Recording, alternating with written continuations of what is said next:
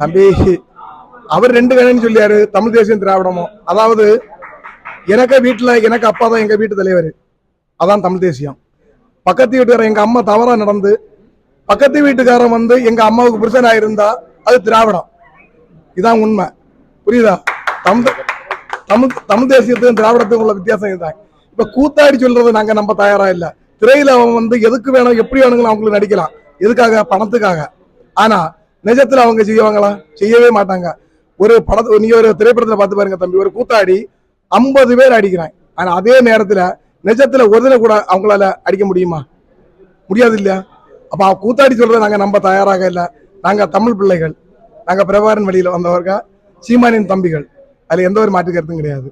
அவர் திமுகவை திருப்திப்படுத்துவதற்காக பேசுகிறார். பெரிய நடிகர்கள் இன்னைக்கு இருக்கிற எல்லா நடிகர் விஜய் அவர்கள் தமிழ் தேசியமும் திராவிடமும் இரண்டு கண்கள் என்று சொன்னது போல இவரும் ஆட்சியில் இருக்கிறவர்களை திருப்திப்படுத்துவதற்காக பேசப்பட்ட பேச்சாக தெளிவாக தெரிகிறது. முதலில் அவர் அப்படின்னா தன்னுடைய பேர் புரட்சி தமிழன் என்று இருப்பதை புரட்சி திராவிடன் என்று மாற்றக்கூடிய தைரியம் அவருக்கு இருக்க வேண்டும். ஆனா அவருடைய திரைப்படங்களிலும் எல்லாவற்றிலும் அவருடைய பேரோடு சேர்ந்து வருவது புரட்சி தமிழன் என்றுதான் சொல்லிக் கொண்டிருக்கிறார். ஏன் கருணாநிதி திராவிட இன தலைவர் என்று சொல்ல தகுதியற்றவர்கள், தைரியம் இல்லாதவர்கள் தமிழின தலைவர் என்று சொல்லிக் கொண்டார். ஆனால் இனத்தால் திராவிடன் என்று பொய்களை சொல்லிக் கொண்டிருக்கிறார். அதுபோலதான் நடிகர் சத்யராஜ் அவர்களும் இது அவர் சொல்லுவது தான் பிறந்த இனத்திற்கு அவர் ஒரு தமிழராக இருந்து கொண்டு திராவிடன் தான் தமிழுக்கு பாதுகாப்பாரன் என்று சொல்லுவது ரொம்ப வெட்கக்கேடான விஷயம். தன்னுடைய சத்யராஜ் அவருடைய வீட்டுக்கு பக்கத்து வீட்டுக்காரனை பாதுகாப்பு வைத்த மாதிரி இருக்குது. கேவலமான ஒரு சொல்லாடல்.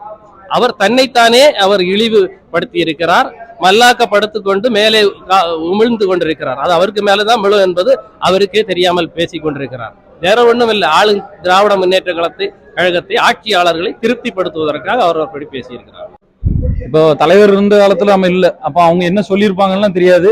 ஆனா அது எந்த அளவுக்கு உண்மை, அன்னைக்கு இருந்த சூழல்ல திராவிடம் தமிழ் தேசியத்துக்கு முழுக்க முழுக்க துரோகம் விளைவிச்சது தலைவருக்கு இப்ப அவருக்கு புரிஞ்சிருப்பாரு, தெரிஞ்சிருப்பாரு.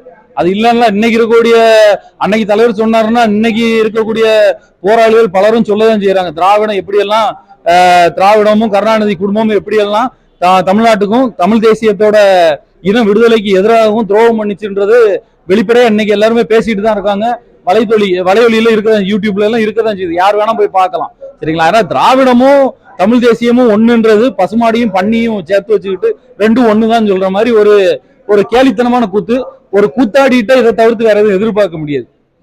ஒரு ஒரு பசியில இருக்கக்கூடிய நேரத்துல ஒரு தட்டுல சோறையும் போட்டு வச்சு மலத்தையும் போட்டு வச்சுட்டு ரெண்டும் ஒண்ணுதான் பார்த்துடுங்கன்னு சொன்னா அது எப்படி ஏத்துக்கிட முடியும்? கோவம் வரும்ல.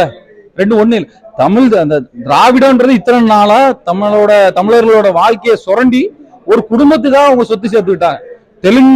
தெலுங்கை பேசக்கூடிய தெலுங்கு பின்புலம் உள்ள ஒரு குடும்பம் தன்னோட குடும்ப நலனுக்காக, தன்னோட குடும்ப வளர்ச்சிக்காக திராவிடம்ன்ற ஒரு கொள்கையை பரப்பி பெரிய காலத்துல இருந்தே இதான் பண்ணிட்டு இருக்காங்க. பரப்பி மக்கள் தமிழர்களோட எங்களுக்கு வழங்கப்பட வேண்டிய உரிமைகளை புடுங்கி அதை வச்சு சுரண்டி பொழைச்சிட்டு இருக்கக்கூடியதான் திராவிடம். அதுவும் தமிழ் தேசியமும் இன்னைக்கு தமிழ் தேசியத்தை கொள்கையை ஏற்றுக்கொண்ட நாங்கள் தொடர்ச்சியாக மக்களின் பல்வேறு போராட்டத்துக்காக, பல்வேறு உரிமைகளுக்காகவும் பல மாவட்டங்களையும் தொடர்ச்சியா போராட்டம் நடந்துட்டு இருக்கா இல்லையா? நீங்க ஒரு மக்களுக்கு கனிவான வேண்டுகோள் என்னன்னா, ஒரு வருஷத்துல சீமானன் எத்தனை போராட்டங்கள்ல எங்கெங்கெல்லாம் கலந்துகிட்டாருன்றதை எடுங்க. எதுக்காக எதிராட்டெல்லாம் அறிக்கை கொடுத்திருக்காருன்றதை எடுங்க. எடுத்துட்டு பேசுங்க. சும்மா ஒருத்தன் தொடர்ச்சியா ஓடிக்கிட்டே இருக்கான், மக்களுக்காக உழைச்சிக்கிட்டே இருக்கான், அவனை நான் கண்டுக்கிட்டே மாட்டான், அது என்ன குணம்ன்றது தெரியல. ஒரு வாய்ப்பு கொடுத்து பாருங்க. முடியலன்னா விட்டுருங்க. அடுத்த 5 வருஷம் தானே உங்கள்ட்ட மிகப்பெரிய பலம் இருக்கு. அதுக்கு அடுத்த திமுக கொடுங்க. ஒரு 5 வருஷம் தமிழ் தேசிய நாம் தமிழை வச்சு கொடுங்க, வாய்ப்பு கொடுங்க. இத்தனை வருஷம் நான் போராடிட்டு தான் இருக்கோம்.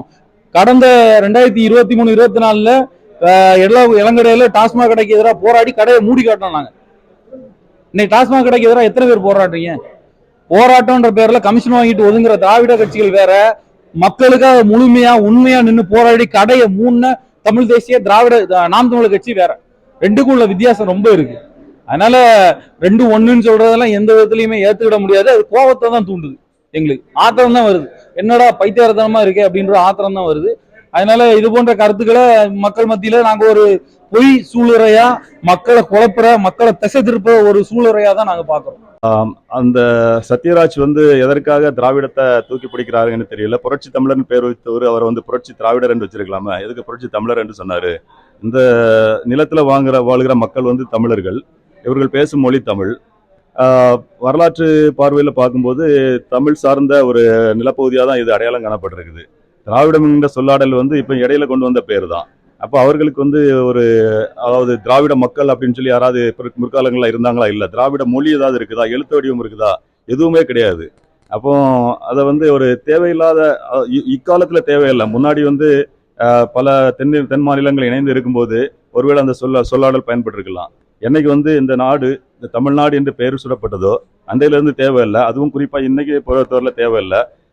திராவிடம் அப்படிங்கிற பெயர் வந்து ஒரு மாற்று மொழியினர் தமிழ்நாட்டில் அதிகாரத்தை பெறுவதற்காக பயன்படுத்தப்பட்ட ஒரு பெயர் தான். அவர்கள் வந்து சில நேரம் அவர்களை திராவிடர் என்று சொல்வார்கள், மக்கள் வாக்கு பெறும்போது தமிழர்கள் என்று சொல்வார்கள். அது வந்து ஒரு தேவையில்லாத வார்த்தை. அதனால சத்யராஜ் வந்து வருங்காலங்களில் அதை உணர்ந்து அதை தவிர்ப்பது நல்லது என்று நான் நினைக்கிறேன்.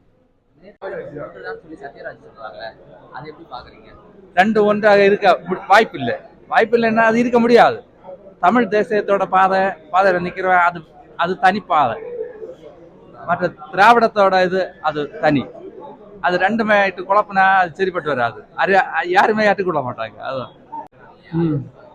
இல்லை, அதுக்கு மூத்தவரே பதில் சொல்லிட்டாரு. நாங்கள் பதில் சொல்ல வேணாம்னு நினைக்கிறோம். எங்களுக்கு உயிர் மூச்சு தமிழ் தேசியம் தான். தமிழர் நாடு, தமிழர் நலன், தமிழன் சார்ந்த அரண், அதுதான். அது என்னத்த சொல்ல, அது ஒரு மொக்க பேச்சு, விட்டுருங்க. அது ஏதாவது அவங்களுக்கு பேசணும். ஒரு குறிப்பிட்ட லெவலுக்கு மேல வந்தவங்க ஏதாவது ஒன்று பேசித்தானே ஆகணும். ஒரு கருத்து சொல்லாம இருந்தா அப்படின்னு போயிடும். அதனால அவங்க ஏதோ ஒன்று பேசிட்டு இருக்காங்க. நம்ம அதை பத்தி பேசிட்டு பிரயோஜனம் இல்லை. அவங்க பேசிட்டே இருக்கட்டும், நம்ம நம்மளுடைய வழியில பயணிச்சுட்டே இருப்போம். நம்மளுடைய கருத்து இவங்களை பத்தி விவாதிக்கிறது கிடையாது, மக்களுடைய நலன் குறித்து மட்டுமே. சரிங்களா? இவங்களுடைய விவாதத்தை நாங்க பார்த்துட்டு இருந்தோம்னா மக்களுடைய நலன் மண்ணுக்குள்ள போயிடும். எங்களுக்கு தேவை எங்களுடைய மக்களுடைய நலன், அவங்களுடைய உரிமை, எங்களுடைய தமிழ் மண்ணுடைய பெருமை. இது மட்டும்தான் எங்களுடைய கருத்து. சரி.